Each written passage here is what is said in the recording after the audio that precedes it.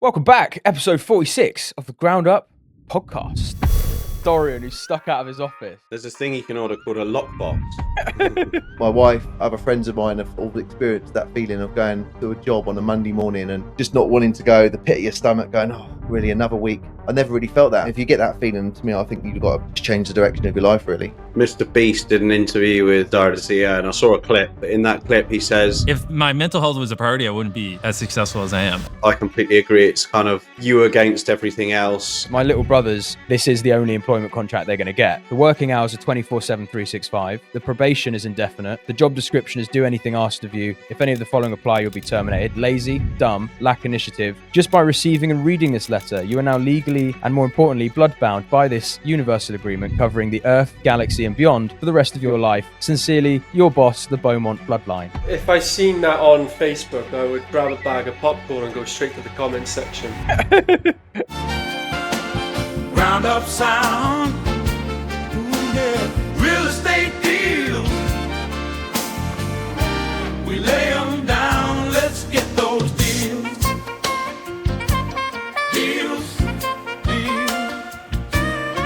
Deals making money, baby.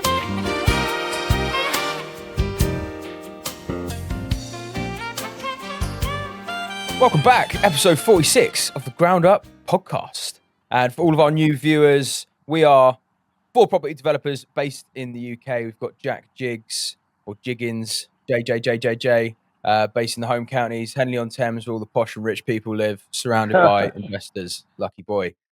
We've got Stuart and his little one, Hudson. Hello, Stu. My little mini-me today.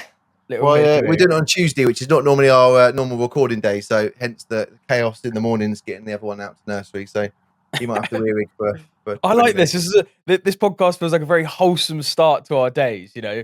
And we've also got Dorian, who's stuck out of his office because he's early and no one's let him in yet. So I gave my key to a new starter and I forgot to get mine cut. And typically, some of my staff are already in now, but it is dead. Do you want a little life hack, Dorian? There's this thing you can order called a lockbox. And our office always makes sure there's one key in the lockbox at all times. Otherwise, this happens. Yeah, I might have to do that, actually. Yeah. Amazon, mate, Amazon. It's tied under a brick like everyone else does. We've actually got 2 lockboxes just in case anyone drops off a key from another site and we're not in. So they can put it in a safe lockbox. And then somewhere there's another lockbox just in case somebody does. It's like an Easter egg trail hunt. On Easter, instead of looking for eggs, it's like, right, find the keys. Yeah, but the best thing about it is we don't end up standing outside our office. Oh, touche. True. Let's finish this intro quick, just for our new viewers, just so we can get on with this episode. You've also got myself, Ryan Beaumont. Look, we're all property developers that operate in the UK. We're doing about £250 million worth of developments every year, from a mixture of social housing, new builds to conversions, HMOs, buy-to-lets, and all that fun stuff. And every week we get around this podcast, so we talk about business, property, staff, markets, money, investors, all that kind of fun stuff. So enjoy, subscribe. This episode, we're going to be talking about a load of candid stuff, really. Some questions that ChatGPT's thrown at us. So we're going to be diving deep on quite a few different bits. And ultimately, these things lead to rabbit holes. And we end up going on tangents. But D, go on, show us a little outside office tour. You know, Swansea, aren't you? So based in Swansea. So I secured this office here. You can see from our signs, and it's a 7,000 square foot office comprising of 2 stories. We took the top floor and sublet the entire ground floor, which paid for the rent. Under the lease option, we did some light refurbishment work. And then we acquired the site, we acquired the office, sorry. And when we got the mortgage, they based it on market valuation, not the purchase price. So when we finally did acquire, the amount we had to pay, the mortgage covered it, if that makes sense, the purchase price. So it was a good deal. I think we made about 250,000 of equity in the office deal. And now the rent on the ground floor exceeds the mortgage cost and covers all the operating costs and still makes a surplus. But obviously on paper, the top floor, my one company pays rent to the other company, the investor that holds the asset. So I don't hold it in the trading business, I hold it in an investment company. So yeah, that's in a nutshell. That's the office. Nice. Also bought it under a transfer of going concerns, so didn't have to pay VAT on the purchase. Lovely. Well, once you get inside, D, let's do give us a little office tour. Just show us the departments, how you operate. Because that'll be a little fucking unique thing on this podcast. We don't usually show that sort of stuff, so Yeah. that'll be cool. D, the holding company that holds the property, is that in your pension or is that in a separate company? Do you own that 100% or is that with the same shareholders? No, I own that 100%, and it's not in my pension as of yet, because I'm probably going to sell it. You see, in due course. I'm currently doing a deal at the moment with a fund, and I might do a sale and lease back where I actually sell the building to them at an investment valuation in exchange for paying a lease for 10 years, entering into a 10-year lease. And the reason why I would do that is because if I sell this building on an investment valuation, I can pull out nearly $500,000 of cash, and I can make a much higher return on that cash than the cost or the benefit I'm going to get from the rent minus the mortgage. Does that make sense? Yeah. Brilliant. Smart moves, mate. Smart moves. Nice. Little wins. Cool. All right. Well, let's. I mean, we're filming this on a Tuesday, guys, just for our viewers' sake. We usually do this on a Friday, so it's only been a couple of days since we recorded the last podcast. Usually, we'll start with a little roundup of the week. How's everyone been getting on? But I mean, it's literally been two business days. So, I mean, unless anyone's got anything crazy to share. I've got my ski gear down, ready to go. We're off to Dorian's ski retreat in a few days. And when you lads off? Very much looking forward to that. So that's only been my weekend work. Get them down. Tuesday next week, going to Val d'Isère. Yeah, looking forward to it, actually. It's a really nice place. It's going to be good fun. I think it's about 14 of us, so we're filling the chalet. Got a hot tub there, and we're like a minute away from the lift to get right up to the slopes, and we're in a not that busy part of Val d'Isère. We're in Le Fournet, so there shouldn't be much traffic at all on the first lifts up, rather than those huge queues. Nice, mate. Yeah, looking forward to it. Sick. So yeah, me, D, and Stu are going. Basically, all of you but me, isn't it? We're going to do a live recording on the slopes, aren't we, Roy? Yeah, pod on the way down. Have to FaceTime Jack at his desk, but he does go away a lot. He did go, where you been? Dubai? In South America? He just doesn't come away with us. He's too good for us. Yeah, I mean, I had already booked my one ski trip that I can get away with that winter, which I've come back and been on. But I was in Val d'Isère last year. It's really good. You'll love it there. I've actually got some restaurant recommendations for you boys before you get over there. But I guess you're probably going to get catered in the chalet, are you? You could do all the mastermind sessions with Big D. No. We've got a budget instead to go and explore and experience the local vicinities and amenities rather than stay cooped up inside with a fancy chef, Jack. You know, we're going to treat the guys. So I'm in the office now, by the way, but the lights are all off. Go on then, give us a tour, D. Let's see this office. Let's see where the light switch is first. Well, I'd like to see the office a second myself. So Can we congratulate the first employee of the day as well? Yeah, who is it? Sure. This is Liam. Liam is Well done, our Liam. Light switch D. trainee buyer. Liam spends all his There day we go. buying materials and sorting out our groundworks and construction teams. Don't you, Liam? Do I do? Yes. And making sure the CEO can get in the building. Yeah, I'm making sure I can get in the building. Yeah, that's right. So I've just walked halfway down the office giving the tour. Let's retrace my steps. So as you've seen, I came upstairs. So we got the top floor, and here's our little reception waiting room. Here's some awards, not exhaustive, but there's some of them. Here's our sign, just in case people forget where they are. And we've got some. I'll start this side. Here's our meeting rooms. This is our boardroom table. So what I like to do for new starters is I like to sit them here, and then I sit right on the other end, down here, and I shout from this side, and I say, "Tell me about yourself." Here's our culture: driven, humble, smart. And then we've got some other meeting rooms. So that boardroom seats as many as we can get. And we've got two identical boardrooms here, this side and this side, that can sit like a dozen. And then some offices, then HR, head of construction, programs. See that? Speed wins. What's that, D? Got to hit program. It was the sign saying speed wins. This is my old office. I've moved now. And this is where some of my book collection is. I left it for the commercial manager who's now here with some other motivational artwork. He loves the motivational fucking picture. CGI's everywhere, tracking board everywhere. You know, you want to keep the motivation up. Then this room it's a bit dark, but this is our land and technical room. This is where all the leads come in, and we progress them through the planning process. Bit of storage. We've got the toilets, we've got the kitchen, and then this is marketing when they're in. Here is health and safety, and these are some of our PPE stores around here. We've got cabinets full of them. More tracking boards, more notice boards. Here we have contracts managers, and in this room, our commercial team. So our QS, managing QS. This room we have more of a commercial team, where we have estimators and buyers. And here's Liam. And then we're nearly done now, guys. Then we have finance here, look after all the money.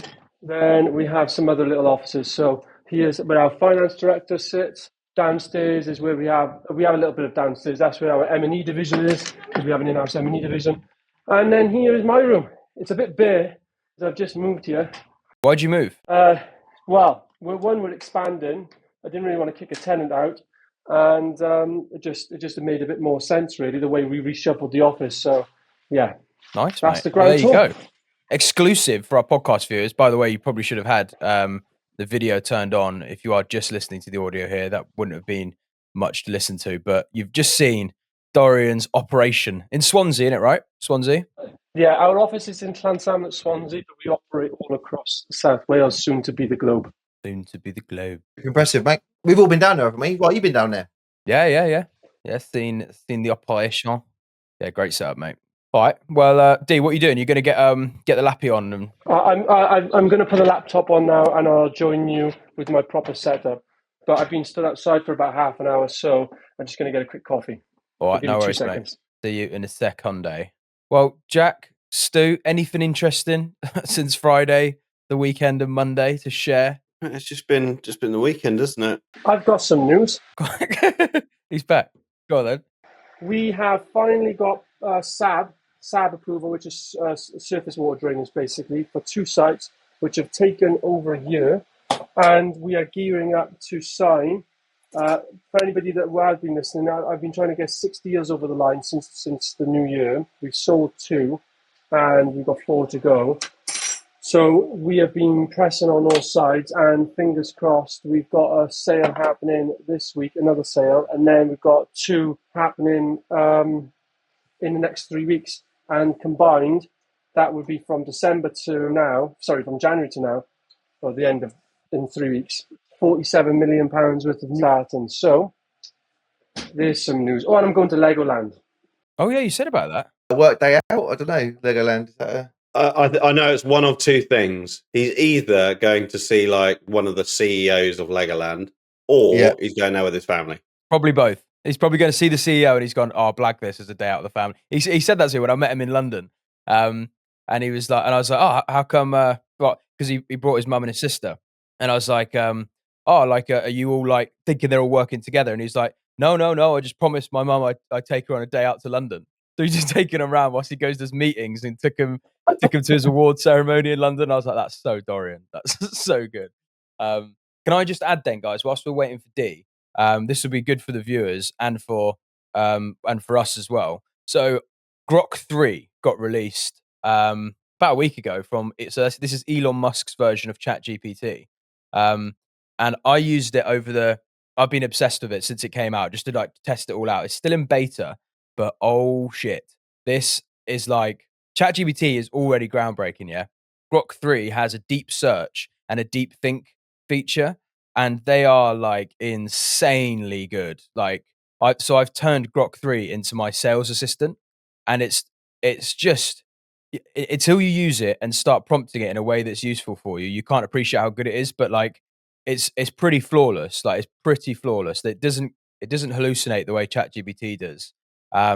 And it can just do crazy data analysis because of the deep search and deep think functions. So you got to try and like. Is it just used through Twitter? Or is there an app to download, or is it just No? So they've got a separate web, like the same way ChatGPT can sit on like a separate browser, and you get a separate app on your phone. So they've now like annexed it, and also they're updating it every day with like just updates for glitches and stuff like that, but also adding the voice feature and all this other stuff. But like, it's hard for me to like explain how groundbreaking like this progress in that chat forum function is until you use it and start playing around with it and going like, okay, how can I make this thing, this like, you know, all-knowing benevolent AI, how can I make that useful for me in business? You have to use it first and just use your creativity to think of how it can be useful. And it's basically now, It's just, you ask it a question like you ask Google a question, and I can't get into the rhythm of trying to talk to it like an actual human, or trying to work yeah, out. it's what you have to do. So what you want to do is give it like a, you know, so what I said to it, the way I turned it to a sales assistant was going, I taught it about our funnel and everything we've done so far to get leads to the table, getting them on calls, how we've streamlined that funnel, the different touch points we've got, all this stuff, and taught it about the business. It learned that very quickly. I think 40 sales transcripts that we have, uploaded them into the chat, and I instructed it to create basically a memory bank of the business and the sales functions that we perform, so that I could then use it as a nurturing and a sales follow-up tool. Because I said to it that our weak spot at the moment is from the sales call to closing, we don't have much of a structure. It's very much in the investor's court to kind of come back to us. So I just fed it this information, and then it does all this online research. It like cross compares competitors, cross compares like what works psychologically and for our sort of target market and the kind of people we're looking for, all these different things. And it came back with all of these insights, some of which we already do and know through experience. But bear in mind, we didn't know those things before we got into it. So the experience it can give you through just its knowledge and its ability to take all this data from online is like, it's just so fucking helpful. And then it helped me structure a sales process. And what it did is made itself my sales assistant by creating an overarching database, like knowledge bank of what our business is, what the sales function is, so that when I create new chats for new investors, I can upload the transcript from a sales call, and then it will remember the knowledge bank as an overarching thing throughout my Grok 3 app. But what it won't do is confuse investors. It silos them into different chats, and it's given me the prompt I need to ignite each new chat. So it's now like this crazy useful sales assistant, and you can do the same thing for everything else, you know, from, you know, construction management to development management to looking at land values or looking at census data. It can crunch all those things and create tables, formats, like rehash the data in ways you want to see it, and do it like that, like in like minutes. So my biggest challenge for the next 4 weeks, really, while I'm away on holiday, we're going to get recruiters on the case, but I need to get basically a customer account project manager, someone who looks after the customer in the loft business from the moment they sign up until the end. And there's like 5 key things they need to make sure they stay on top of. So there's 5 major KPIs. How would you use ChatGPT, or how do you use Grok to help with that recruitment process? Exactly what you just said to me is what you need to say to Grok 3. Right. Just say that to Grok 3, and then it will come back with some really, you know, profound insights that you're like, oh wow, it's like an expert in their field has just given me an answer, and that will lead to the next questions and the next questions, and then within a couple conversations, you've then refined it to go, oh fuck, that's what I do. Oh, that's useful. Oh, I didn't think about that. Oh, that sort of process. Or I should try interviewing in that way, or whatever. Like, just ask it like you would us. Do you know what I mean? But you're going to get someone way smarter answering. It's kind of twofold, isn't it? Like, the most important thing with any sort of AI bot is the prompting process. So like, your actual limitation of the tool is you. So you can say to Grok, for an example, or ChatGPT, my name's Stuart Wyeth, I run Skylofts. Here's the website. Take a look at what we do. We are currently in need of a customer relationship manager or something along those lines. Not really sure if that's the right role name, but help me on this, to manage the process between client onboarding to the client, you know, completion, and then aftercare thereafter. One, I need help for a job description. 2, I need to make sure that job description covers everything that I need to do in the job. But just off the top of my head, they need to be good at communicating, need to manage costs, need to manage expectations if there's delays, needs to deal with difficult customers and, you know, let them shit on them and then just go back and say, look, we hear you, here's what we're doing, communicate with the on-site team, proactively go out of a way to make sure that we're getting 5-star reviews on Trustpilot or whatever it may be. And we would also like to know the best 3 places to advertise this for this type of role. And then it would just basically write a job description, tell you everything you need, and give the three sites that you need to list it on. And that prompt, and then if you said what you can do is then copy the question and answer from Grok and put it in ChatGPT and say, do you think we've missed anything here? And then ChatGPT will then analyze your question and Grok's answer and corroborate what they think is like the right answer. So then you've got a very robust plan of action. Then when you got that plan of action, I would just give it to my EA and go, get that job up. And you can also use it for, you can tell it what systems you use. So what management systems, software systems, all those sort of things, how you use them, what your desired tasks are. And it, because it knows all these systems inside out, it can give you a better way to streamline your process based on your desired outcome. And I did that as well with our sales and our marketing thing. I'm doing that with the task management on Monday soon as well with it. And it can just go, use this plugin. You can pull that in from there. It gives you an instruction manual on how to like embed each thing as well. Like it's crazy how intelligent that Grok 3 is compared to ChatGPT. It's like an order of magnitude better. So in our business we do this like educational thing. I mean it's very soft educational. It's called a bit like masterclass. And what we do is we every sort of 3 to 6 weeks we book in a Friday. I get a few beers in, get a few bits of wine and nibbles, and we all sit in the meeting room. And there's just one topic that one person leads and tells everyone about it that would be useful in the business. So it's super relaxed, super informal. And the first masterclass I did was actually on like AI assistant ChatGPT, basically. Stu, I can send you the recording of it. But I went through everyone's daily role and gave them one example how they could save time. And just to put into their head, like if you can, perfect example, like my executive assistant in that review, so the way that I track my mileage in the company is I just go back through my calendar, screenshot it, chuck it into ChatGPT and say tell me the mileage I did this month, and it tells me which company, how far. On a screenshot, yeah, because it's all in my diary.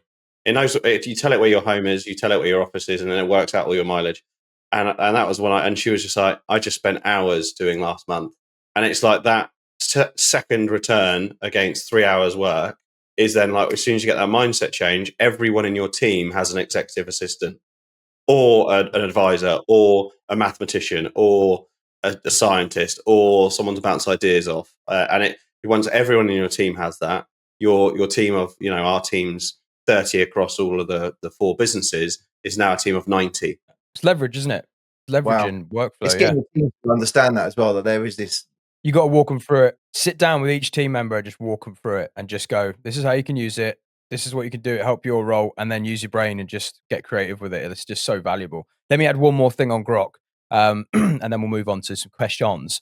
But if you guys use X, and I advise anyone out there, if you listen to mainstream media news, and that's where you get your news, delete all those apps because they're just, you're deluding your brain. They're an absolute waste.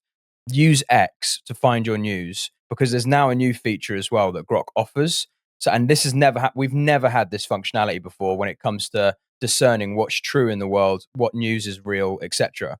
The thing that's different about Grok to ChatGPT is it's real time updated. ChatGPT's memory bank can be like 6 months to a year outdated. Grok is live. It feeds in from Twitter live. So when there's news items or things like that on Twitter and there's stuff coming out, Twitter or X already has the community notes section that can verify whether something's true or not based on community feedback. But you can also use Grok and get Grok to do a real-time data search on that news item or on that specific topic, and it will cross-reference how true it is, source the articles, give you the real knowledge you need to know, which I find fascinating. And you can do that through the chat function, meaning you don't actually go and see any journalists' accounts or any news accounts. So it's kind of taking the social function out of it, and you just see directly to the source, the evidence and the data that's kind of synthesized through all of Twitter's live feeds on that given topic.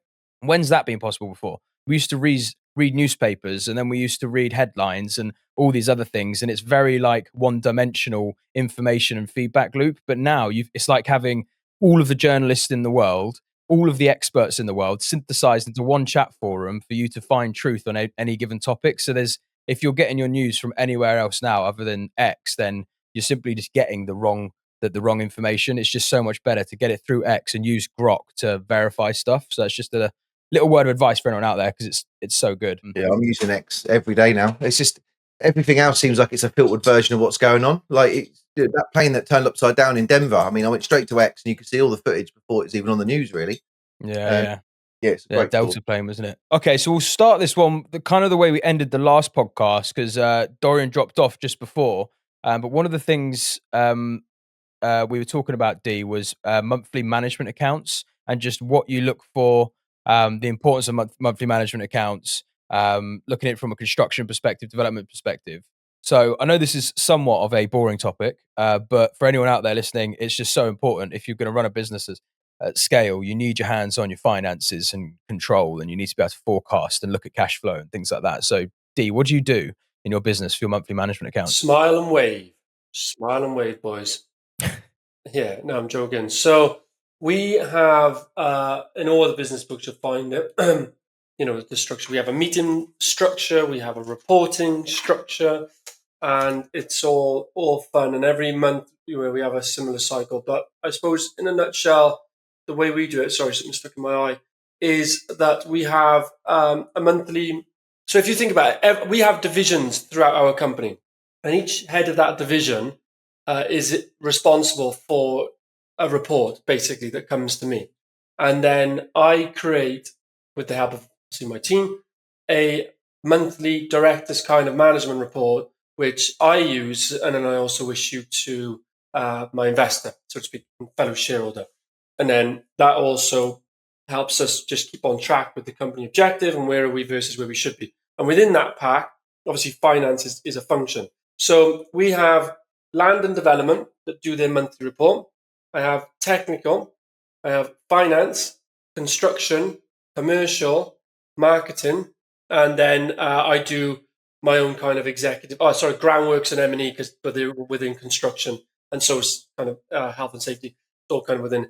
And then I do my conclusion, so to speak, and start the monthly report with like the major objective. What's the major objective of the business, and versus where we're going to be for like the next quarter? What's the key thing we're focusing on, and are we there? And kind of like a main KPI scoreboard, so to speak. So that's what we do. And within the finance pack, it has the management accounts of the monthly P&L, the monthly balance sheet, the overhead analysis, the cash flow, and every quarter we will redo the forecast as well of where we think we're going to be, the financial forecast and cash forecast for the report. And then obviously behind the scenes, I get a kind of like a cash flow statement daily, and we have weekly meetings on cash and cash flow, because it's such a moving beast in this type of business that and the numbers are so big that if something doesn't come in, it's always an impact. And yeah, that's how we do it, really. And then behind those reports, we have a meeting rhythm as well with each division. So like today, this morning, Tuesday, I'll have a management meeting at 9 a.m. That's just with all the heads of the divisions to go through the strategic management points and the goals and objectives and any key kind of risks and issues. And then I have a land tech meeting at 10, which is the land division and basically the pre-construction team going rapid fire through our pipeline, spotting across each site where's the key bottlenecks or key decisions need to be made. Bam, do this. And then by next week, hopefully everything just keeps getting moved then through the chain, if that makes sense. What are like those critical things you're looking at? The second you look at those monthly management accounts, what's like the first key metrics you're looking at in the business to help you understand where the business is at? Personally, at the moment, it changes. It changes on the strength of the business. So if the business is high in kind of cash and profits, then my focus would be much more growth led and capital deployment led, investment led. Whereas if we're more like, and the three kind of headings is financial health and cash flow, project delivery and operational performance, and pipeline and growth. And so for like under financial health and cash flow, I'm looking, what was our gross profit margin? What was the key finance metrics? What was the profit before interest and tax? What was the net profit for the monthly report? how much cash is at bank versus what our target is. What was our operating cash flow? Was it positive for the month, or was it negative operationally? And what's our debtors and creditors looking like? Just key items really, which I know roughly where we need to be, and just seeing if we're on track. Project delivery and looking, what's the number of live sites we're on, what's the number of homes under construction, how are all of them, what's the percentage of them that are on time or on target to hit target handover, what's the percentage of them that are achieving the required margin for that site, and what's our revenue forecast accuracy. So every month between commercial and construction, they'll set the program and the commercial cash flow from that program. That obviously gets provided to finance for them to work out their forecast. And then the contracts managers working with the site are in charge of making sure they hit or get as close to those activities, which in turn will hit that revenue the cash forecast and the revenue forecast. And so we have a ratio of trying to get between 90% or better. And that's a big one, because if they're off, then it's off. And then pipeline of growth, what's the value of live sites? What's the size of the pipeline? Where are we now versus where we want to be, which is our 3-year target of delivery being in pipeline already. So those are the high level ones I look for, and then I'll go into in more detail. Just wanted to make sure we touched on that on this podcast, because we don't go into a lot of like details about how we on the ground manage the business, like manage our businesses. We talk a lot about strategy. The one of the best things that you can do, in my opinion, right? Profit is really, really important. And profit, the better your profit, in theory, the better your cash is going to be. But in development, cash impacts can hit you faster and harder than profit. So if you're just starting out, if you're not doing any reports, the most simple finance report you can have is, what was your bank balance at the beginning of the month? What was your bank balance at the end of the month? And what in terms of key headings, what happened? How do you reconcile the two, like a cash flow statement? How did you get from 200 grand to 100 grand with your inflows and your outflows, your debt servicing, your pipeline investment, your retention, all that sort of stuff for you to see in a snapshot, and ideally in a week rather than a month. But where's your money going? And are you seeing any potential trends where like there's a burn rate or an investment burn rate that you could even be profitable, but if you're pumping too much into pipeline and you don't have the capital to do so, you're going to run out of money. Dorian, do you have a rule of thumb of what cash you leave in your bank account? Ideally, we'd like 6 months operating expenses, and that ignores direct site stuff, because obviously the way the business is obviously so it's the below the gross margin line, effectively the cost underneath there. We want at least 6 months worth of OpEx in the bank at any given time. What would that be for about your $1 million? business? You'd buy more sites, don't it? For millions in your bank, you go, but we could get this one. We could grow more. Yeah, that's our issue. This is why it comes back to that statement. Is one of the reasons why recently we've been managing a cash tightness is purely because we have 30 sites in our pipeline. It costs us on average £5,000 per unit to get it through the planning system, to get onto site, and we've been delayed in selling some of these sites, which I've been discussing with you all on, and it causes a major problem. So that money is deployed, and I just can't. It's not liquid. I can't get it back. £5,000 a site seems pretty good. Yeah, per unit. So per unit, £5,000 a unit site, seems pretty just good. For not land acquisition now, just planning. It's going to be £100,000. Yeah, that seems pretty good. Seems expensive to me. Got a 5-unit scheme, push a lot more than 25 grand. Sorry, wait there. I should caveat that. It like if you're doing small unit sites, there's a point where the bigger the unit, you get economies of scale.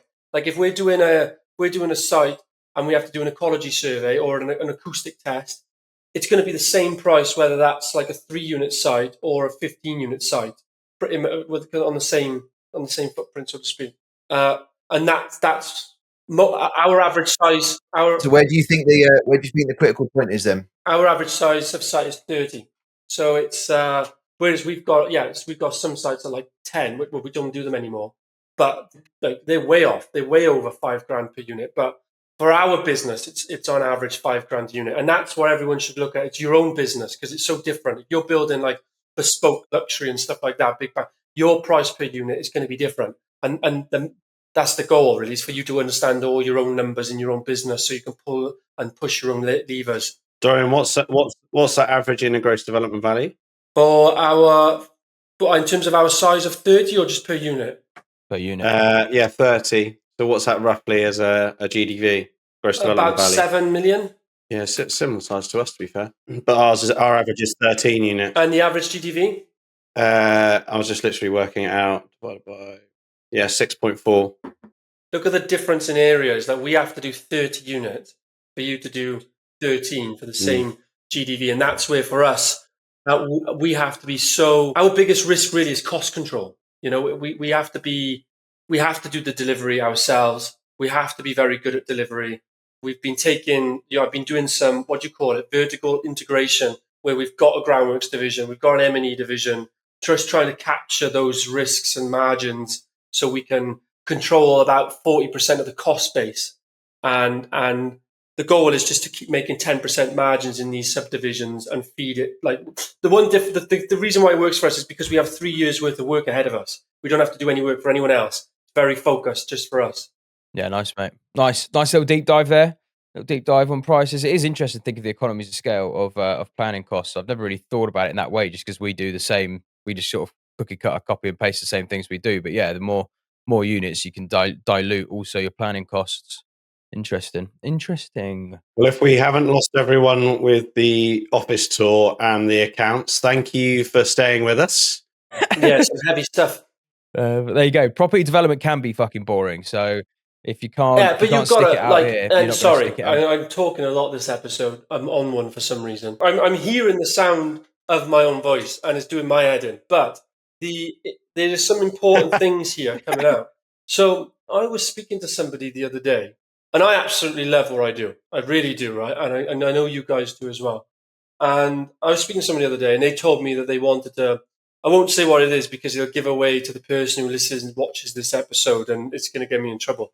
But he said that I've already dropped a hint into the gender. He said that he wants to be, like a really good / great person in this like field of an industry. I'm trying to pick my words. Right. Anyway, he just wants to be the best or really good at what he's doing. So I said, right, okay, no problem. Well, we're just talking, and it was like, that was it. And then a couple of weeks go by, and I just noticed like inherent laziness and or this lack of go or proactiveness, and things weren't really like getting done. So I just had another conversation. It's like, on one hand, you say you want to like be like the number one in your field, but like on the other hand, I'm just seeing that at like 4:30, you're not really doing anything after. And he turned around and said, "Oh yeah, no, yeah. After the work hours, I don't think about it at all. I just completely switch off and bang, I don't think about it again until 9 a.m. the next day." And I was just like in my head, I was like, "Wow, I know this might sound unfair, but you're never going to be number one." I don't know if you guys agree or disagree with that, but yeah, I've got so many stories of people who particularly when I started the band, when I was in the band and that started getting some notoriety, people would say to me, I really want to be this musician. I really want to be this. And then the same in property as well. People go, oh, I want to get into property. I want to start a business. And they say it and they really want to do it. And on face value, you'd think this person could do it. Like they're a pretty capable person. Like they could do this thing. And then I'll ask him like, oh, what have you been doing like the last few weeks? Like, how have you been trying to like get into the field? And they were like, well, I couldn't do much this week because like me and the missus had like this planned and that planned. And like, and then I saw my mates yesterday as well. I hadn't seen them in a few weeks. So I just wanted to do it. And I'm like, well, all that shit's what you need to cut to be able to try and get ahead because you're competing with people who've already cut that shit out. So, and if you can't put the same hours in, you're just not going to get there. Most people just won't do that because they're not obsessed enough. They're not obsessed. Like it doesn't keep them awake at night. Like I didn't sleep last night, mate. I had like 4 hours sleep. I just couldn't sleep. And I was just up like in the morning and I was just thinking about things that I'm doing today. And it just, you try and switch it off. It just doesn't switch off. It's just there and you've got to do it until you tackle it. And I think unless you're that way predisposed, you're not going to beat people that are. That's why autistic people can do quite well, isn't it, in business? Because they generally have like laser focus, which is maybe unlucky, fortunate. yeah. What do you guys think, Jack? Sure. Oh yeah, I was just going to say I saw a clip of Mr. Beast did an interview with I was just thinking Stephen Bartlett, that, Dorian, and I saw a clip, And in that clip, I haven't actually watched a full interview yet, but in that clip, he says, "I wouldn't be able to get where I am if my mental health was a priority." And I love that. I completely agree. It's kind of you against everything else, and I'm definitely a believer of like really pushing yourself. And other people push themselves on Iron Man sort of territory. The way I see it is just constantly in the business capacity. And I completely agree with you. I was actually mentoring someone the other day that was worried about how much they've got coming up to deliver. And it came up in conversation that they don't work weekends. They just completely shut off. And I thought to myself, what you're worried about could be completely resolved if you did 2 hours on a Saturday. But it was a non-negotiator. And for me, I work as much as I can at the weekend because I full well know it's impossible for me to do my role and line up on Monday and do my job as it is, because there's just so much that I put out in terms of emails, outreach, comms that then comes back in. It's almost impossible to do my job without working evenings and weekends. And I think that's an acknowledgement that I could, probably could hire someone to do some of those roles, but I don't. It's a growth mindset, though, isn't it? It's like when you're in growth mode. Yeah, but he naturally likes it, though. Like, you can tell the way he's speaking. He naturally likes what he does and loves what he does. So for him, it's not even about negotiating. It's kind of. I've watched the Mr. Beast interview, by the way, and it's really good. And it's because he absolutely loves what he does that he doesn't. He talks about his schedule in there, and it's really grueling, actually. Like, and he's right. But he says the thing that gets him through during that schedule is that he knows in his mind, this is what he's telling himself, that nobody else is doing it, hence why nobody else has the results that he has. He knows what his USP is, and his USP is that's why he pushes himself, because he's found his level of workload and his level of activity whilst he's young. Remember, he's only 26, mind still. That he's just like, is insane, actually, when you think about what he's achieved is crazy. Like, it really is. Yeah. He's 26. Yeah. Hello. Hey, Emily. You got Hello. Cheerios It does too? change when you have kids, though. And Stuart will probably In a agree to couple that. of boxes. Yeah, 100%, mate. It's the work ethic before kids and before marriage was like every hour, every weekend, every Sunday, and then your just priority changed, to be honest. And you can still be as productive. You just can't imagine your life not working a full Saturday and Sunday. And then when you can't physically work it, you find a way around it, and then you just either cut shit out you don't need to do. Yeah, prioritize doing on a Sunday. On the Mr. Beast interview, he actually said as well that he's purposely held off having kids because when he has kids, he wants to be just a very good dad, not necessarily. And you just can't. That's my reason as well, mate. I think he's really going to struggle because when you're only worth what he's worth, it's difficult to be a father.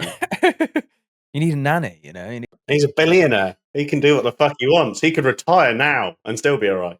I do think it's important to emphasize, though, that working evenings, working these crazy hours, because it is crazy hours. Like, at the end of the day, if you have to enjoy life, you have to have friends, you have to, want to see the world and aspire to do more than just work. Like, you should. Like, you only get one life here, and we shouldn't just do it to work to make money. Like, there should be more. But if you want to build something and you're in a growth mindset, then all those extra hours are energy you can put into the business.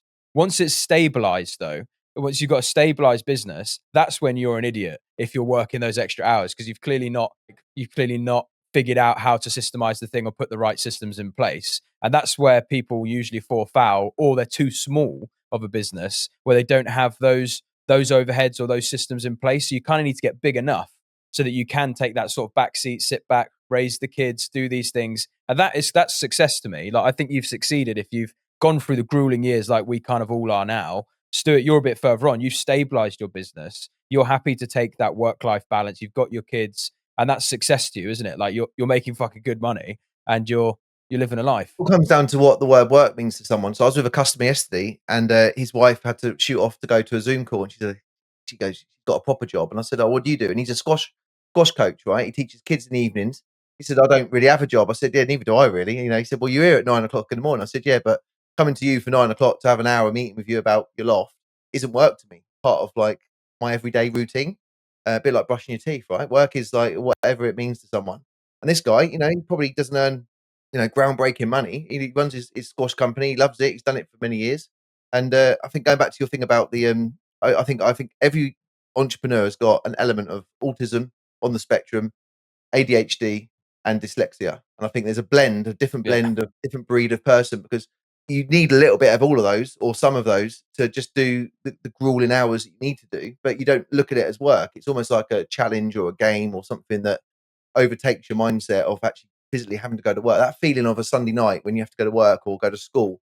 The last time really I felt that was going to school. Really, I never really felt that. Where my wife, other friends of mine have all experienced that feeling of going to a job on a Monday morning and just not wanting to go. The pit of your stomach, going, oh, really another week. And then if you get that feeling, to me, I think you've got to just change the direction of your life. Really. Yeah, running and building a business is very much like the difference between a day job. Like, day job's task led. You do have to solve problems, but it's task led. Achieve targets, do this thing, go home, switch off. But running a business and owning one and building one, you're basically at the coal face of all the negativity. So you're constantly solving problems, constantly dealt the bad cards, and a lot of people just don't want a life like that. They just don't want to do that. So, and I think the ADHD, the autism, the spectrum stuff, where maybe it just, there's something in the brain psychologically that kind of enjoys having to like constantly solve things and gets bored in task processes and just doing a day job, which we probably all relate to. I'll tell you a story. I was out of the office.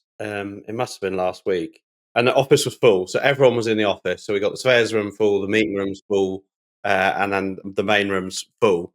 And I'd been out all sort of day, morning. I can't remember what I was doing, but anyway, I was out and about on site meeting people. I might have been in London. I've come back at about 3:00 in the afternoon, and it's absolutely Baltic in the main office space and in the surveyor's room, but it's boiling hot in the main office. And what has happened is there's 12 people in there, and they've gone, the heating's broken.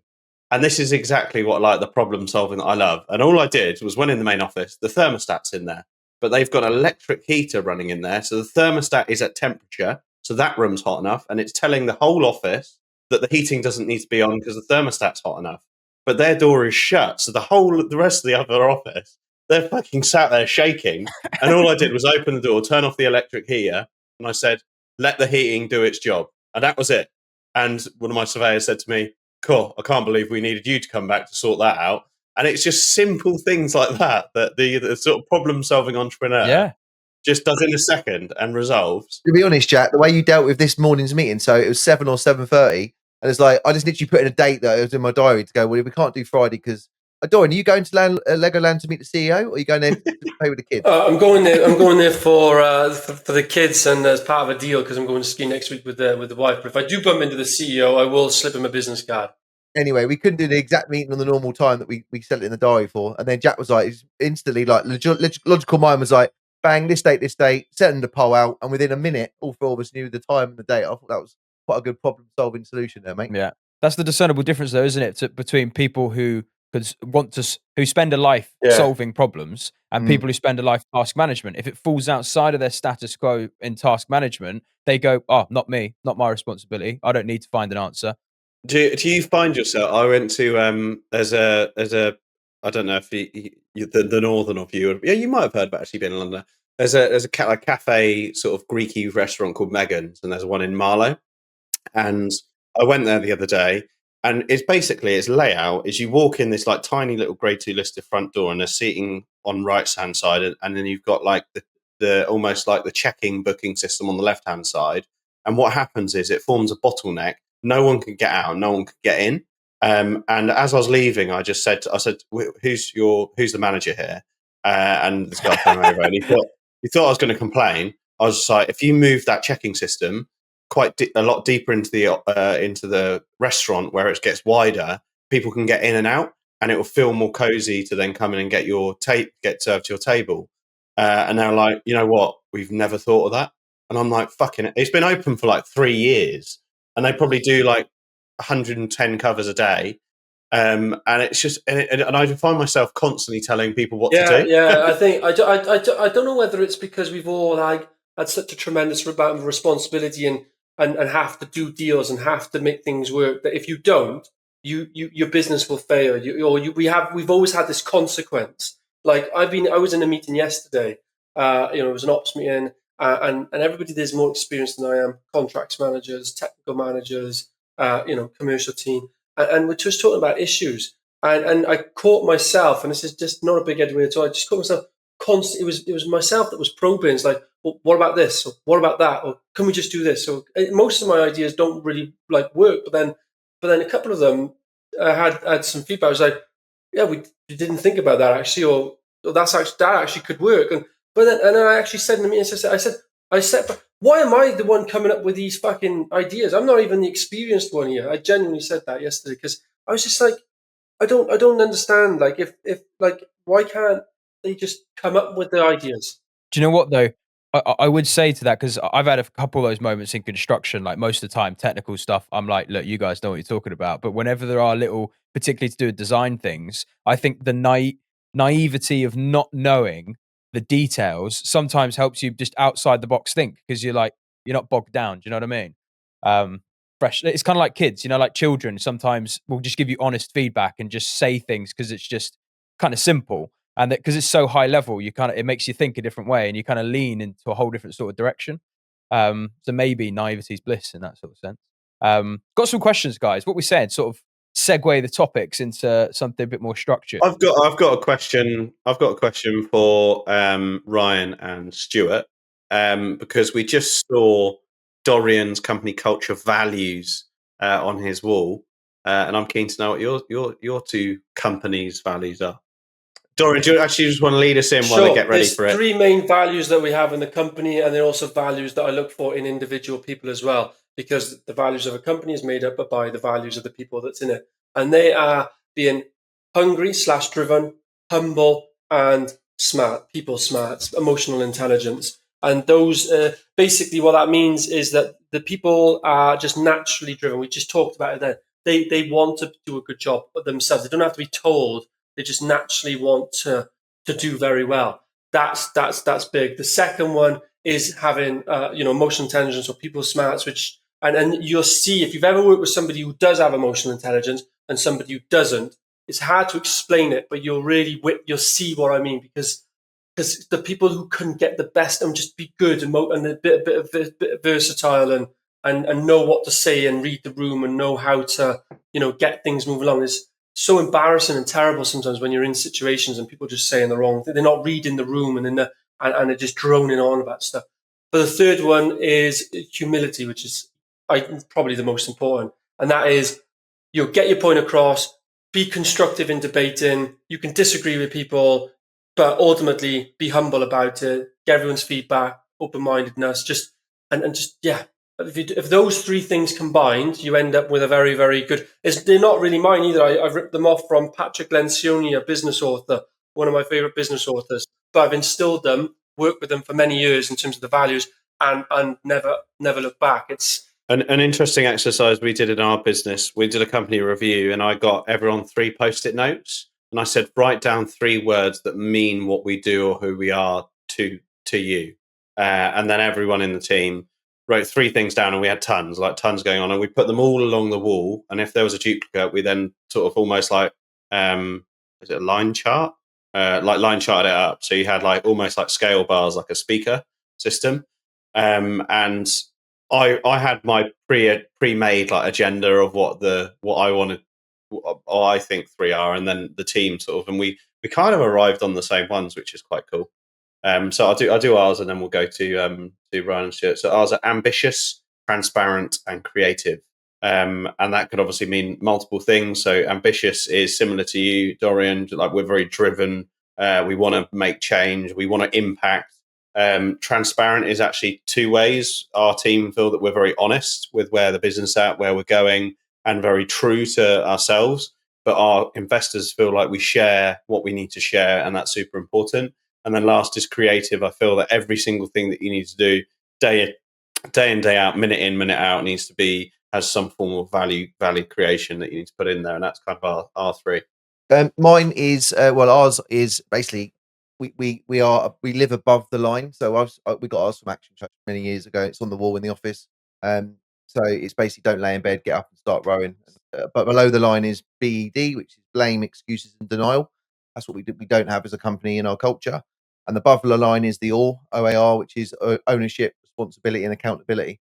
So as long as you live and you play by those rules, in my opinion, you don't blame others. We take ownership, and we work together to come up with a solution. Everyone can fail fast. No one will ever be will be punished for failing fast. Punishment comes if we don't learn from it. So if I can't see physically a track between the mistake happening and it happening again, if there's been no movement towards trying to make sure it doesn't happen again, then there's more disciplinaries and more conversations and not a lack of respect if the same mistakes happening again and again. But if someone takes ownership, accountability for the problem, fixes it, and we learn from it, then I can't ever blame anyone for that. So ours is live above the line and keep rowing, basically. So it's funny you've asked this question, Jack, because my little brother's turned 18 on Sunday. So congratulations. Yeah, mate. And congrats to my mum and dad, because that's 30 years since my oldest brother was born. 30 years of childhood over. Now we're all adults. But what was quite funny. Well, yeah, pretending to be adults. Yeah, no one's really an adult, are they? Where are the adults really? But the twins, my little brothers Sammy and Sean, they've been working in the business. They're at college as well, but they hate college. They just want to always do more property stuff, and they do all the designs, and they've been doing more acquisitions and other things and helping out around the business. And they're really excited to join. And when they turned 18, I was like, okay, I've not got them a birthday present, but what I will do is give them an employment contract. So that's what I gave them as their birthday gift. And I don't really have like on the wall written company values or anything like that. But what I do instill is make sure that everyone takes fucking initiative. Like if anyone, I just inspire people with like, look, just find the solution. Like if you fuck it up, don't worry. Just like, let's just find solutions. So maybe that's an ad hoc way of doing things, but I'm quite an ad hoc sort of person in that way. And I like people to just be able to find the answers, find the solutions. But in writing their employment contract, which I'll bring on screen, not that this can ever be used against me in labor laws or anything like that. But I actually just wrote down the things that I give a shit about and that I'd want to see from my little brothers, and they know this anyway.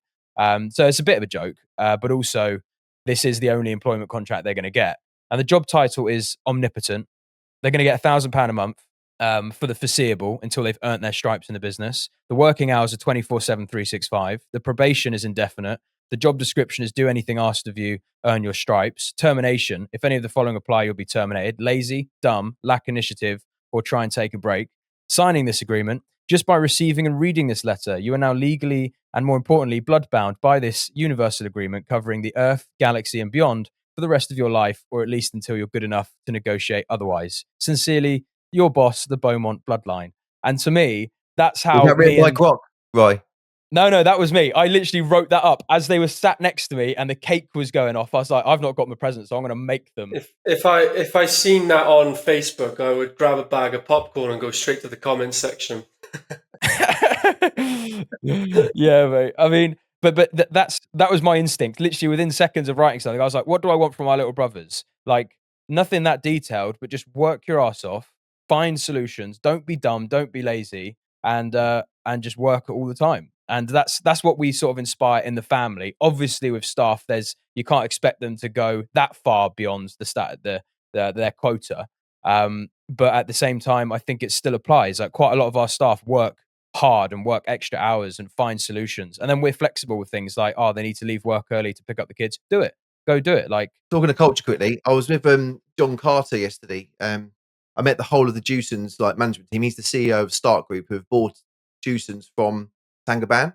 And it's interesting, their whole culture shift. So I went out for lunch with the branch manager, the area director, the regional director, and introduced to John. And it had 15 minutes with the guy. I mean, the guy's worth 40 odd million in our local branch in Farnborough.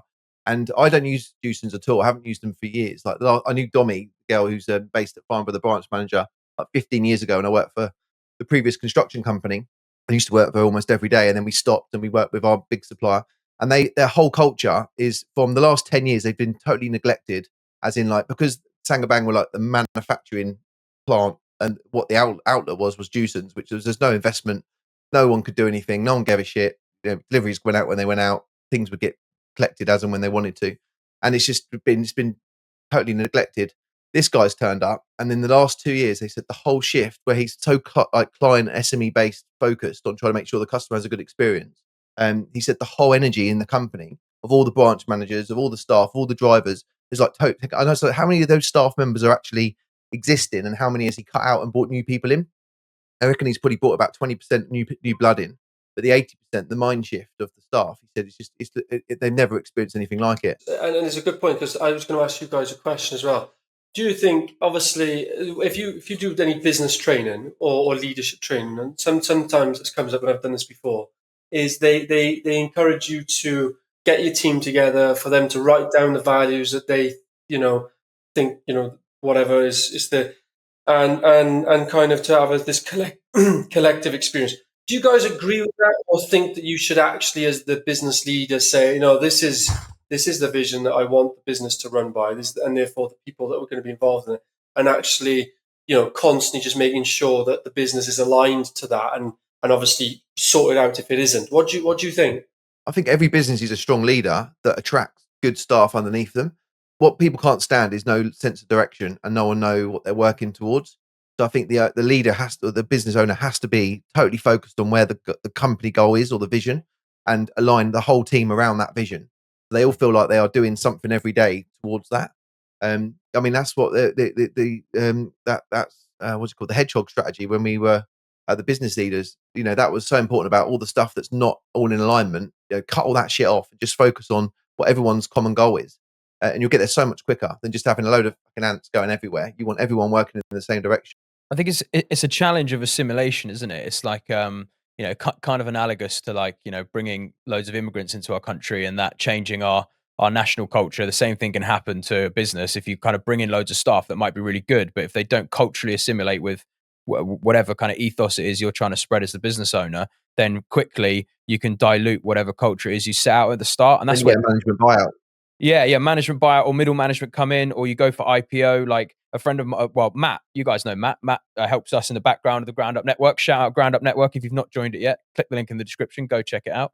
Nice plug. There you go. And Matt does stuff on our sales side as well. And he worked in a business before that was a fast growth startup business, really fun culture. Everyone's go getter. Everyone's like pedal to the metal. Let's do this.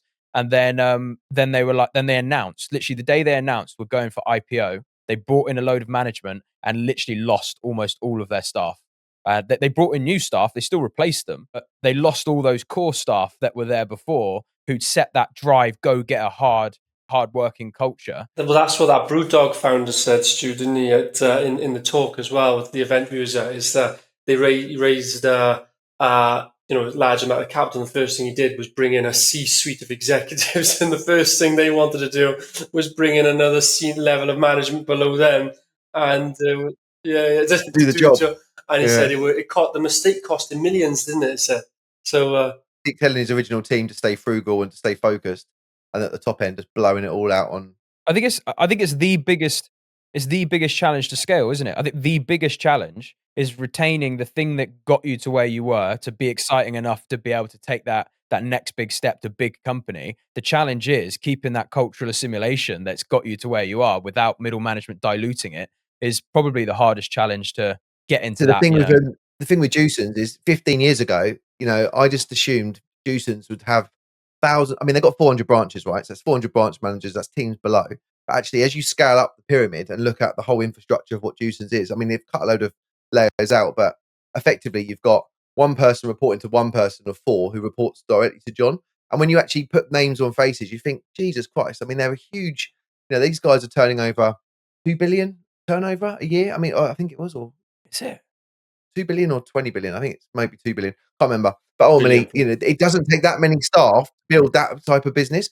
And the thing as well that Dorian and I stuck with me, the guy from HomeSense, who's the billionaire company who sold it off and now is doing the business leader, he was like, you need to grow nationally, locally. So if you're going to try and grow a business, try and keep hold of that culture and that one-to-one. Is that, it doesn't matter how big the big machine is. Like our motto at Sky Lofts is we only build one loft yours, because what I didn't want to do is, the target was to build 100 lofts a year successfully. But if you're building 100 lofts a year, how do you make the customer feel valued? And for me, if you're building one loft, it doesn't matter how many loft fitters we've got. It doesn't matter how many staff we've got. That customer only recognizes one key core person, a relationship manager, from the point they sign up till the end. And they've got one fitter who's dedicated to them. They don't care if I've got 20, 30, 50, 100 loft fitters. They just know that one-to-one relationship, and that's how they feel valued. So that's why we kept that from the start, and we just built on top of that. Everything we were making a decision on is how does that customer still feel like they're the only one we're working for? Dewson's turned over 2.3 million in 2022. Billion. 2.3 billion, sorry, yeah. 2.3 billion, yeah. Mad. There's a lot of stats yesterday, a lot of names to faces, but it's bloody good. And obviously they're teeing up for business, and obviously they're now really hitting their SME market, so they wanted some contacts and bits and bobs. Can I double tap on your sentiment there? Because it's just an interesting correlation. Because, and I completely agree. Your like catchphrase in a way, or your motto, like we build one loft and it's yours. For domestic projects where you're dealing with someone's home, that's definitely a reassuring thing. What we find with investors, similar, like because our business models are kind of similar in a way that we do scale and modular. People. Doesn't matter what business you're in. Investors are people, right? Yeah, but with investors, they find comfort that we do scale because they think we're more competent to deliver the investment product. They don't necessarily care we're putting, they care that we're putting attention to detail into their project, but they care that scale gives them comfort. Whereas with you, obviously there's a scale aspect that gives them comfort, but because it's someone's home, the marketing message has to be different. And I don't know. If it's my money, I'd rather care about Ryan's thinking about my money than think about me in a pool with 100 other people's money. Now, it all works fine until if it defrails or something else arose, what will happen though is the fear will shoot up and people will start retracting. So the way I would scale any business is how do I protect the investor and protect their money and make them know that that is the number one forefront. Like we only do a small amount of actual property investment in terms, of what Jack and D and you're doing with the HMOs. We're trying to run 3, 4, 5 a year, but we're happy with that. But we need 3 or 4 quite big investors, 1, 2, 3 million pound investment. So I've got the time to go, that your money, protecting your capital is my number one priority over us making a profit, over the company making a profit. We need to make sure that every decision we make is about protecting your money. And we're small enough to make sure that they know that every time. And not everything goes right. We all know that problems happen and market changes, and property is a long-term play, and all the investors are working on, we want them to park capital or investment with us for 5 to 10 years to let the market grow. But ultimately, they know, I think they trust me to know that me protecting their money is my number one priority in every decision we make, and they just trust me to make the right decision. But if and it's fine if you're doing it at scale because you're proving the method. But if one of those two of those jobs, which it's inevitable, sometimes things go wrong and people lose money. If that publicizes, then it will change the dynamic of most other investors, which you never know because the mistakes happen. But the benefit is though, if would have got if it didn't go wrong. The benefit of scale, if one does go wrong, you can dilute the effect.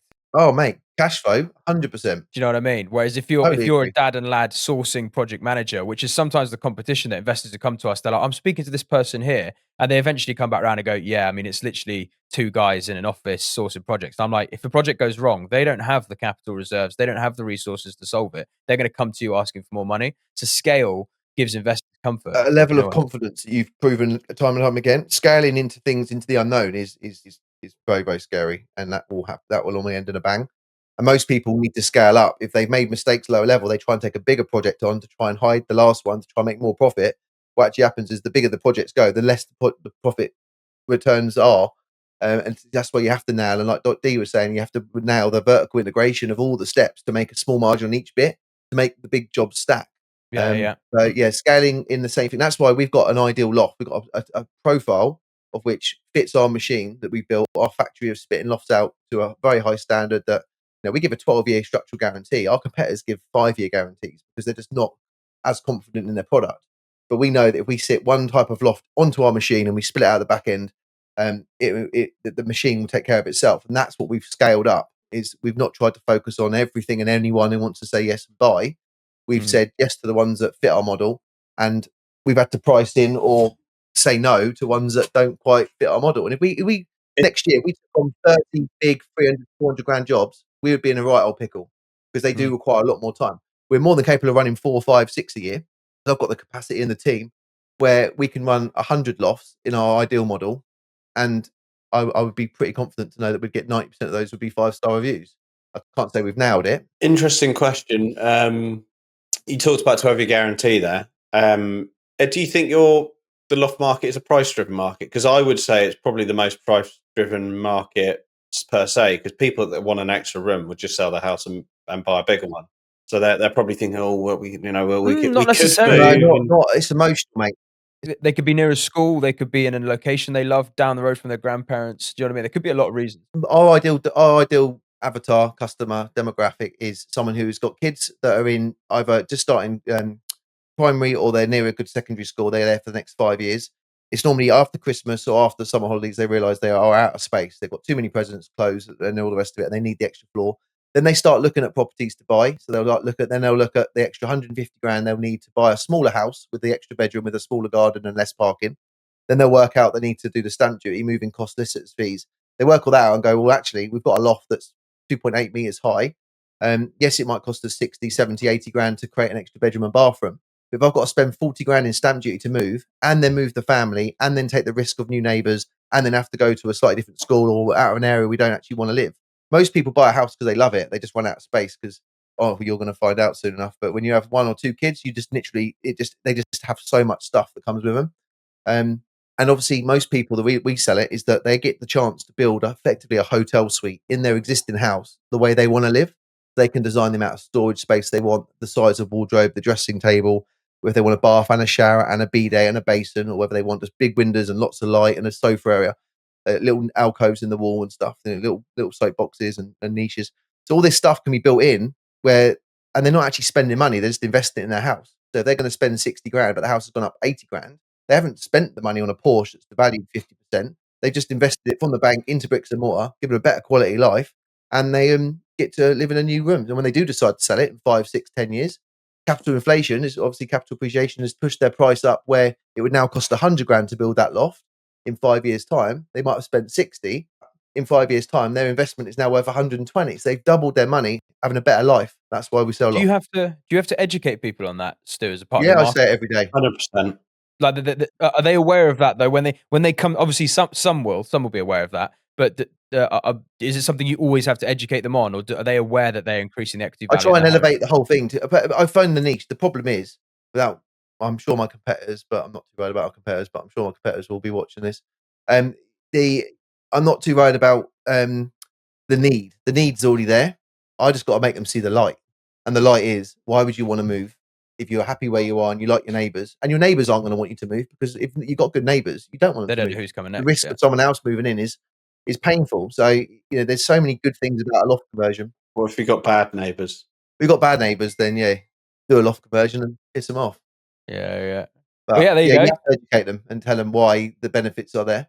But there is huge benefits. That's why I just do lofts, because I'm not a general builder. I'm not digging up the ground. I'm not having to deal with the neighbours, the mess, cage-driven pile foundations when the house is sitting on a lake and all that. And they've spent their contingency on the 5th day of the build, and then you have to. It's just so messy. Where focusing on one building type means we can get in and out on certain points and process like a kitchen fitting company. There just wasn't enough margin in fitting kitchens. I did look at that. My uncle had a kitchen business and he wanted to hand me the business, and they were quite big in Farnborough, or called Farnborough Kitchens, and they were well known, good reputation. And I'd done like 2 months with him just to dabble in weekends, evenings to start understanding how to design kitchens, even though that was the easiest bit. But the work you had to do to make the same 5 phone calls, like, demo team, skip, plastering, electrics, plumbing, and then fit the kitchen. Well, there's 6 phone calls there. Do a 20 grand kitchen, making a couple of grand. I might as well make the same 6 phone calls and do a loft conversion at 80 grand, where the margins are better, and you earn more for doing the same or less.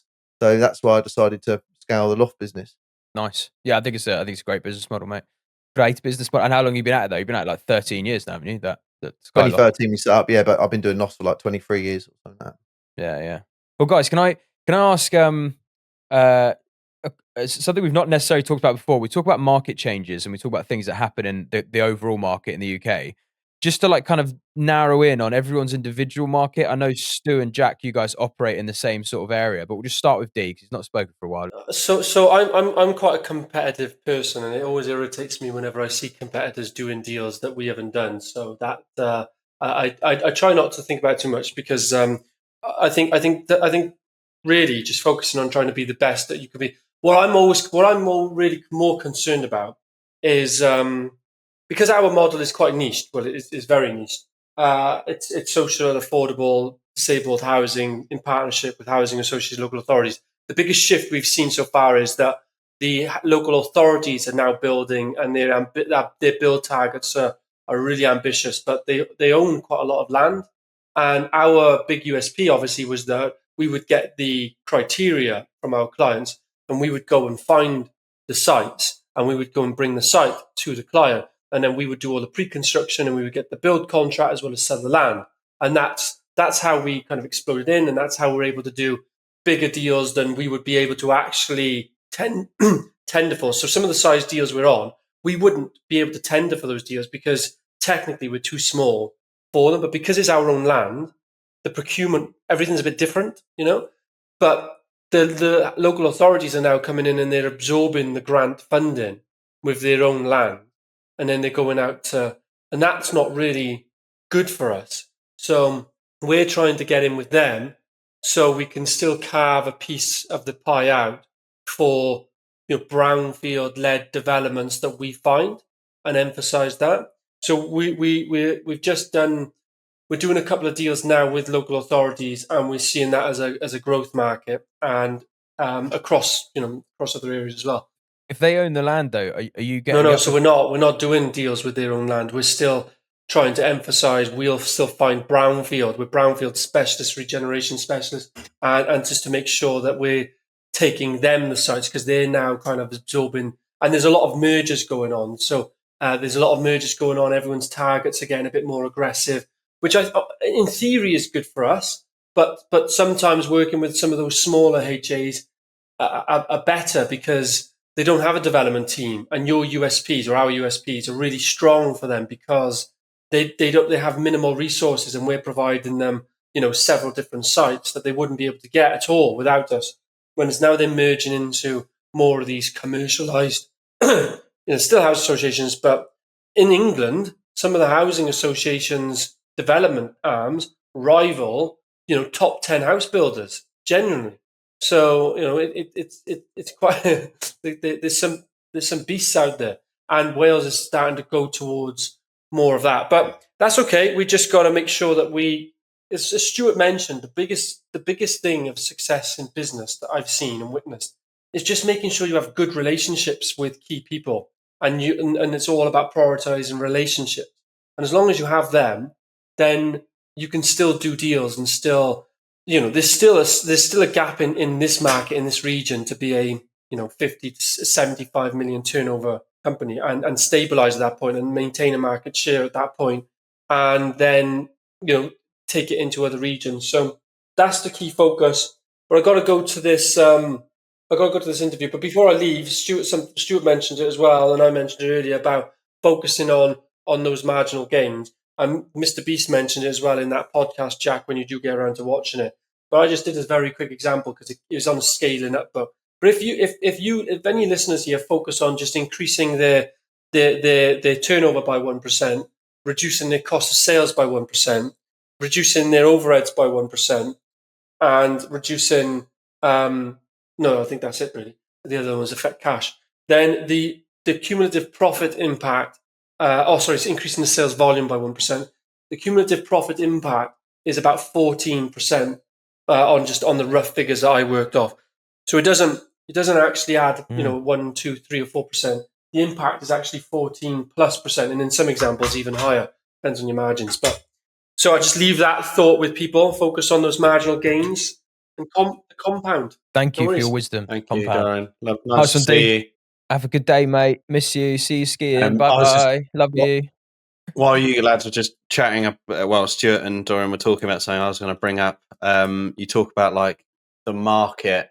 I studied business and marketing at uni, and all they would shove down your throat was USP. Like, what's your USP? What's your USP?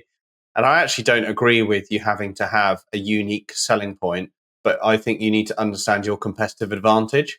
So Stuart might be doing a similar thing to someone else, but where is his gain in that market? What does he provide that's in addition? Or is it better quality of 12-year guarantee? Is it better pricing? Is it a better finish? Is it better design? Is it the relationship? And I think the competitive advantage is a super key thing to generate sales in this world. Yeah, I think you can have but obviously you can have both. But yeah, I completely agree. Competitive advantage trumps USP all day long. USP is a marketing gimmick, isn't it? Like, it's more about getting attention on you. But a competitive advantage, massive. But if you've got a blend of two, got a blend of both, then that's winning. But Jack, what about you then in Henley and the home counties where you operate? Are you seeing any notable changes in the market? Is there, from competitors, from, appetite, like anything notable? Yeah, I think generally in the south, property development is tough. I think that there's a lot of people squeezing at the moment. It's not an easy time to be delivering. Finance costs have soared up and are starting to start to threaten to come down. Professional fees are really high. Bill costs are really high. I think that it's a difficult time. I've always noticed houses sell better than flats. That's just the way it goes. We finished a development of 4 flats and 2 houses. The houses went in a heartbeat. I think flats have struggled more since COVID, and people want amenity space. The areas that we deliver in, there's a lot of downsizers, so we actually try and fit lift shafts in our buildings so that Margaret can buy a flat on the first or second floor. What trends are we seeing? I mean, I love HMOs. I think the buy to let market is really, really difficult to scale a business in, almost impossible. I think you could pick up the odd buy to let where you add a bit of value, refinance it, and it brings you an all right income. But I think the only way to keep cash flow and income is HMOs. I was actually speaking to someone that runs a £100 million fund, who was talking about sort of how to invest in real estate. Commercial market, I don't think there's any value in it. You might buy a building on a 7% yield. Does that do anything for you? Not really. The mortgage is going to be 7 to 9% on a commercial mortgage. So I'm seeing a lot of turnover of buy to let investors. They're coming back on the market. Haven't yet to see like grey belt trickle through yet. I think it is a really exciting opportunity, and especially around the areas that we live in. We could be 600 to 900 a square foot around the areas that we live in. So I think snapping up some of those sites is going to be quite exciting. But I've also, as of like this year, seen that the sales market is picking up. It's way better than it was last year. Last year we had a dreadful year for sales. I've got a house that had like 46 viewings still on the market. Is that the bungalow? It's just no, it's just a little cottage in Henley. But I mean, in a good market, that do you need 46 people to look at it to make a decision? No, you probably need 12. What maximum. is it? What's the main reason for? It's very quirky. It's got a low ceiling. It's got a structural joist that goes across the staircase as you go down into the kitchen, which is too short for me. But that's one reason. But I just think the market's been pretty shit. I think that the really good stock has been, it's when it's a shit market, it's always stuff in the middle that struggles, right? You've got the good stuff just goes, that'll go in any market where it's good location, good school pool, big detached house or a detached building that is in a good location, that will always go. And then you've got the affordable stuff that will go. But I think flats and the middle is struggling. And it's kind of, for me, I kind of look at that and go, it's probably better to just hold it for a better market because I don't need to sell it today. I'm not selling it to move, to relocate for a job. It doesn't need to be sold. I could rent it out. Probably Airbnb that, couldn't you? Cottage in Henley. Yeah. Yeah. Yeah. Yeah. Good. I mean, what more value can I add on what's going on locally? I mean, I live in Henley and Marlow is like some of the wealthiest areas in the UK. Like it's nuts the wealth. There was actually, I think I read somewhere that not per capita. So I'm not talking about wealth per person. I'm talking about wealth, collective wealth. It's in the top 10 wealthiest places in the UK, and that's even compared to like Manchester, Birmingham. And both the populations are in like 15,000 people. It's tiny. There's some real big hitters around here. So it's a really affluent area. So it kind of has its own like sub-market that stuff just really does really well in these areas because people move out and move in all the time. Whereas if you look at other areas like Abingdon, for an example, one thing that is cool about Abingdon is we've been investing in Abingdon for 8 years now. We're now the largest independent portfolio that's owned in Abingdon. And they've just announced that they're opening up that it's the first location that Keir Starmer's setting up at the AI investment in Culham, which is just outside, which is super, super cool because that obviously will bring up like local communities, sub-communities, like talent pool, and obviously we're providing housing in those areas. That's a bit of a change for us, I suppose. Have you ever looked at if it's that wealthy in that area, which obviously it is, and you got Beaconsfield, Marlow, all kinds of wealthy Minerals spots around Trust, those yeah. ends? Yeah. Is there not like could you not make just more money for less headache just doing like exec homes and flips, or is it just very competitive to find that kind of stock? Yeah, it is competitive, and actually, Have you looked at the it? problem with exec homes is one of our investors is an exec home developer. He buys really, prime central London flats for £5 million, turns them around, sells them for 10. His issue is he'll do 4 or 5 projects a year, and to sell one of those units is a quarter or a fifth of his value and his profit of that year. If the market starts to get a bit sticky, which it has done over the last 5 years in central London for that international stamp duty went up, taxation for people that live here went up. If that market gets sticky, he's really snowballed up into an asset that he can't let out. So he's investing in us because, for an example, our site in Tame, if we're doing 20 flats, 6,000 square foot of office space, and potentially some new build houses in the car park. Which we have sold 5 out of the first 10, 9 that we've delivered. If we don't sell any more, we can refinance that site, get all the money back out, and keep it. So your exit is really, if you are selling luxury homes and they don't sell, you don't have another exit because the serviceability of the income doesn't service the mortgage. You're going to be paying thousands of pounds per month to hold that asset and rent it out. So for that reason, I prefer the entry level of the market, which is where we sit. I prefer that because that's typically, if you look at the movement of the ends of the market and the activity, the biggest form of activity is sort of entry to lower mid. That's the one that moves around the most because people will buy more. If you look at every person's family home, the average person's family home in the UK, they would be in that home for over 20 years.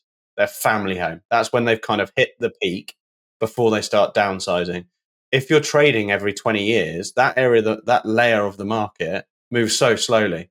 It's literally like the transactional rate and turnover rate of that market is really slow. We do have some luxury stuff, like our scheme in Muswell Hill is more luxury, but and we will definitely do executive sites, but I will de-risk it while I'm delivering other sites that have different stock. I don't think I'll ever specialise in that space. Yeah. What about you, Stu? What you seeing? I know you're close to Jack geographically. I totally agree. I think that the market's been really tough. I'm really grateful that we specialise in the HMOs, the buy and hold, and the starter market because they just get snapped up in a recession or a depression or whatever you want to call this. It's like one of the worst in history. People have to downsize. So I do feel quite good that I'm actually doing something to help and support these people. Yes, we're doing it for a profit, but everyone goes to work to make a profit on their time. We go and turn buildings that are effectively derelict, run down buildings into something that people can actually use and benefit from. And if we can house 20, 30, 40 people a year and help them on the ladder and get somewhere they can call their own that's safe and secure, then that feel pretty good. I would hate to be in that market where it's exclusive properties, executive homes, where you are limiting your market. And I just don't think I'd get the kick out of it. We like to build nice, clean, safe spaces that are effectively bomb-proof rental flats that are going to cause us very little headaches and the tenant little headaches, with maintenance issues. But I do think this month has been one of the busiest months in our residential bit. So there is something that's changed this year. We're not seeing any data yet, but the vibe out there, a good friend of mine who runs a steel firm, he's seen a massive increase in orders that are coming through. And we just had one of our biggest Februaries in history in February. And it's not slowing down. I had another 2 go ahead last night, which I need to apply as soon as we finish this, to get them in the schedule. So something's happened where I think we just hit that point where people just go, you know what, I've got to get on with it no matter what. And I think it's to do with that last quarter drop that happened at the BOE. So I know they're talking about it not going to be dropping any further, but I do think there's going to be a 50 to 75 basis points this year, just because the amount of money they've got to start printing. So I'm hoping we've all turned a corner, and I'm hoping that, well, unfortunately, get out of it. They've got to print more money, which means inflation kicks in a lot worse in the next few years. But we've got to play the cards we've been dealt, right?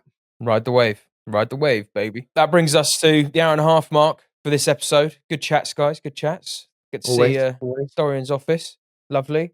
And big love to everyone listening. Thank you very much for listening to the episode. If you've come this far, make sure you subscribe, share the episode. Then when you think you may find it interesting. We release them every Thursday at 5:30 a.m. on Spotify and YouTube. But yeah, we're going skiing soon. Stuart, that ski bag behind you definitely looks like one of those body did it? Body bag. bags, doesn't it? Don't tell anyone. Yeah. no, Stuart's out deck collecting this afternoon. Got boots out, mate. I literally give them all a clean, wax them all up. We're ready to get the ski boots now. Get on them slopes, mate. I need a few days to chill, to be fair. We are. All right, well, we'll vlog it. We'll get some content that we'll share on the next episode. So you'll probably see that. The next episode after this, you should see some skiing stuff. And, that our viewers really want to see that. Yeah, mate. All right, big love. Thank you for listening, and see you next week. Bye-bye. Roundup sound. Ooh, yeah. Real estate deals. We let